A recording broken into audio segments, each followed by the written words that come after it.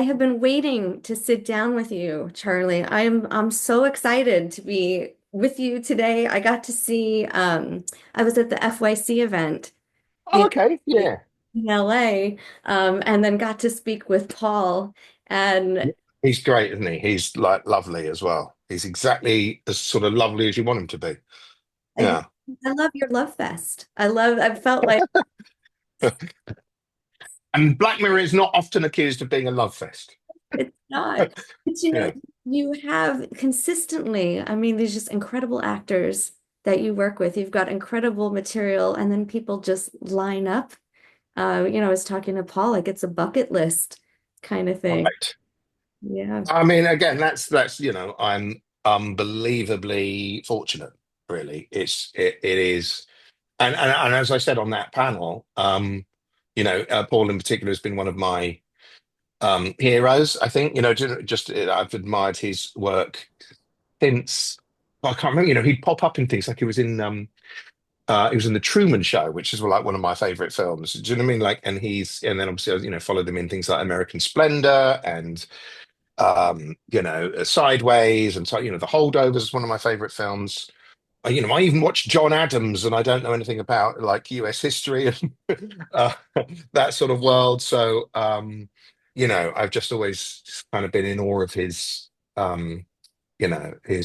abilities and his talent, and he's so meticulous in crediting other people all the time. He's very gracious. Anyway, that's enough love fest stuff from me.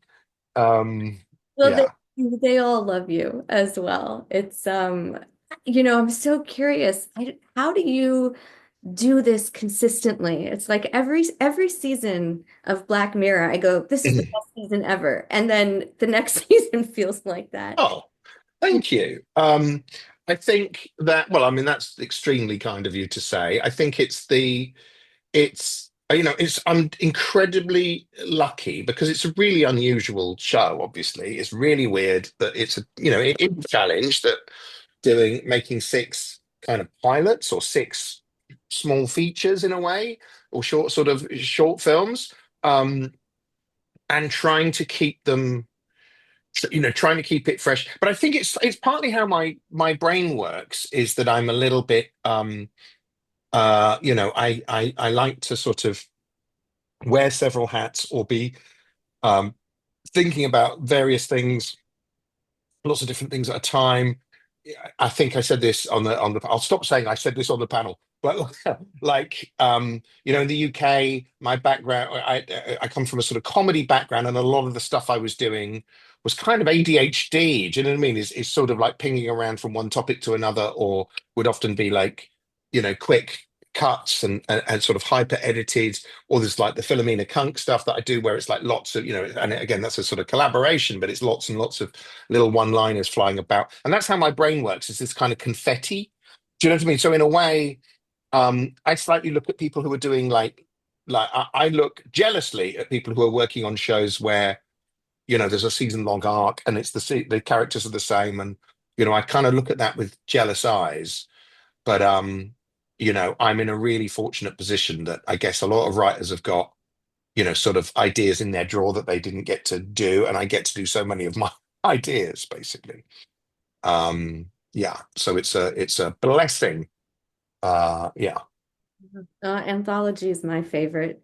So what do you go into with every season? Like how did you go into the season and think you were gonna up the ante this I year? think so. I think so. Basically, so last season was actually was conceived and written predominantly as a sort of different show. So it was originally going to be last season was going to be called deliberately. It was going to be called Red Mirror, and there were going to be horror and supernatural stories, or sort of crime stories and things like that. And they were written, and then I had the idea for Joan is Awful, which was so Black Mirror-y, you couldn't kind of not do it. And then we just sort of took the view, oh well, we'll just call the whole thing Black Mirror. It doesn't matter, sort of thing. Turned out it did matter. Like people got it confused. I can understand why some people were confused. Like, hang on a minute, why is the Why are there some supernatural elements in my soup? Sort of thing.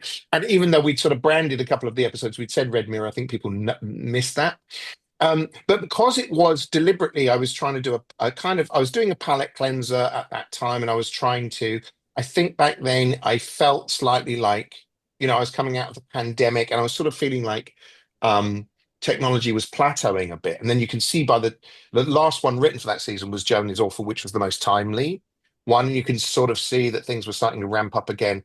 And so I knew going into this season, okay, this is like OG Black Mirror. I'm not going to avoid the little nubbin that they put on the side of the temple. In fact, I'm going to lean into it. And I'm not going to avoid, um, I'm going to sort of exercise all those tech muscles again. So in that respect, it was very much a kind of back to basics. Um, Although the first one I wrote for this season was Hotel Reverie. But when I wrote it, I wasn't sure. I was like, oh, is this a standalone feature type thing? Is this, I was sort of trying to work out where to put it. Um, and then I believe Plaything was next, which was sort of, I was like, right, grungy, British, uh, like it's hardcore sci-fi. And then, so that's really, and I think, and then Bet Noir was third, and that's when we started the season. Was we had those three. So then there's still another three that you don't know about, sort of when you're going into. I mean, we knew Callister as well. Actually, we didn't have the finished script for that. So I knew very much I was like rolling my sleeves up and going back to basics in many ways. And I'm not immune to, I see it's a really weird, I shouldn't look at well, I shouldn't look at sort of viewer feedback because it's such a the show is now such a wide variety of tones, I think, that you're always gonna it fascinates me. Weirdly, we're doing our job when fans are listing when they list their, here's my favorites and my least favorites, and they don't, the two fans lists don't often align. And you get, somebody saying that one person will say something's a masterpiece and somebody else will say it's the worst bit of dog shit they've ever seen. And I like them all. Because it's sort of, because I guess they've come from my head predominantly. Um, so you're aware that you want to get a mix as well in the season. So you want to be sort of hitting different notes. And I do, I've alluded to before, you almost feel like you're in a band and you're putting an album together, and you kind of want to include a punk single and a sort of love ballad and then a sort of disco hit. And do you know what I mean? So I slightly approach it that way. Sorry, that was a long answer to I I yeah. love, I am so fascinated by the show and your process. Um, did you know it when you were doing Into Infinity? Like, when did you have that idea dipping into a sequel? And is it something, do you want to carry that on? Is it something you could see doing with other episodes? I will say it. So we knew really early on when we finished the first one. Toby Haynes, the director who directed the first one, came back for this one too, and he also did Bet Noir this season.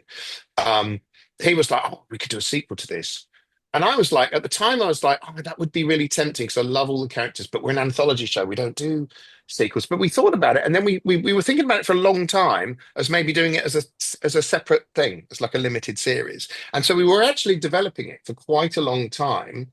And then with myself, Will Bridges and Bisha and Emma Jane Unsworth. And then the pandemic happened. The pandemic happened, then the writer strike happened, the actor strike happened, all our casts are going on and getting more and more successful. You can't get people's schedules to align.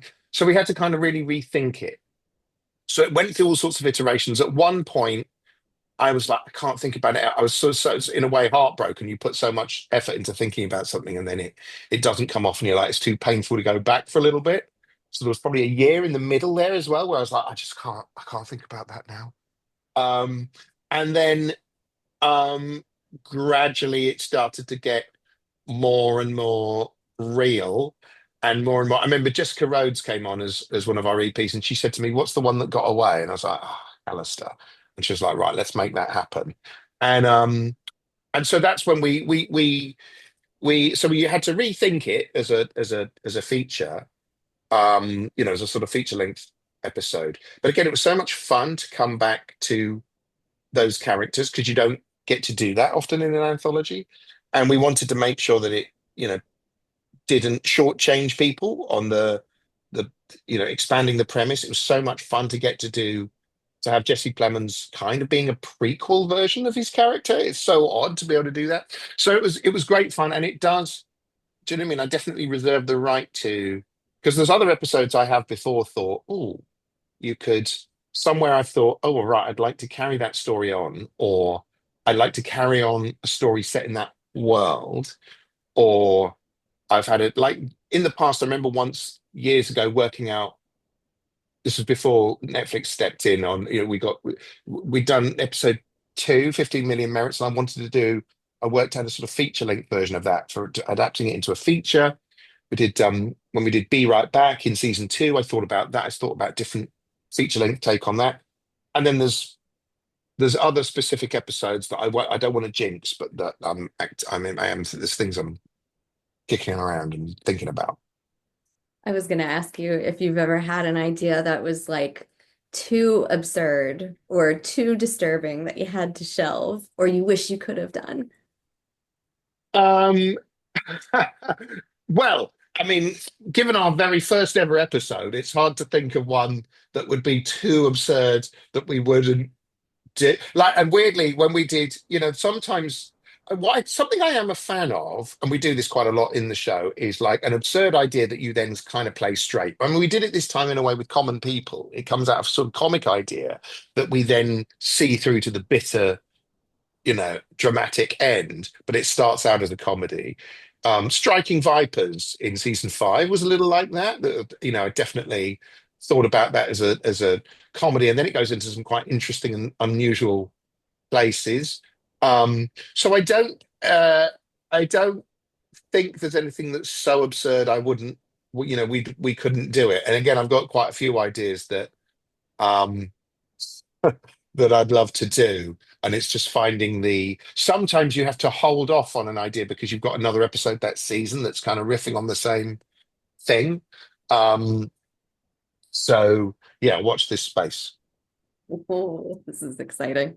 Mm, Um, one of the things that I feel like your show's actually brought a lot of us sanity to where things happen and things happen in real life and you feel like you're in an episode of Black Mirror.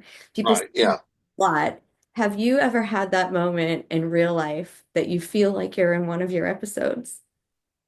Oh, yes, 100%. There's like anytime I'm kind of, I don't know, arguing with an Alexa type device or so, like there's all of those. There's when I was arguing with a sort of Amazon Echo show, trying to stop it showing. It suddenly started showing adverts, and you can't switch it off. They rolled out an update. You can't stop it. You can't and I was sort of arguing with it. And you think this is not good. The ultimate, I'm in an episode of Black Mirror episode at the moment was way back it was 2016, I think. I was at my desk writing an episode of Black Mirror, and my phone suddenly went bonkers, and it was full of people going, "How did you know? How did you know?" And I was like, "What the hell is this?" And it was this story had come out about David Cameron, the former British Prime Minister, and it was a scurrilous rumor about something he'd done with a pig when he was a student or something, which I'm sure wasn't true. But obviously, what we've given our first episode, and I had a moment of thinking, this is too coincidental to be. This is too weird to be a coincidence. And I actually sort of thought for a moment, is the whole universe some sort of, am I living in some sort of simulated universe? This feels too coincidental. And obviously, that's a very narcissistic thing to think. That's literally thinking the universe revolves around me. But for a moment, I genuinely thought, am I in some sort of fiction? Um, so yes. And I'm sure that those moments will increase, as technology, as you're looking at the the way we are now, right now, I'm interested, there's people sort of chatting to AI chatbots and using them as therapists and things like that. That's a really um, interesting area. As technology gets more and more personal, and as we're sort of looking at, it's annoying. There's one idea I want to do, and it's annoyingly, I think about two of the five elements in the story have actually come true since I thought of it, and it would now look like I'm copying what's happened rather than anyway. So I'm wondering whether I can still do that one. Anyway. Mm. I'm all for it. We need you in this world, Charlie. We need you to keep creating. Oh, thank you. Well, I'll do my best. Thank you so much for taking the time. Thank you. It was an absolute joy. Absolute joy. Thank you.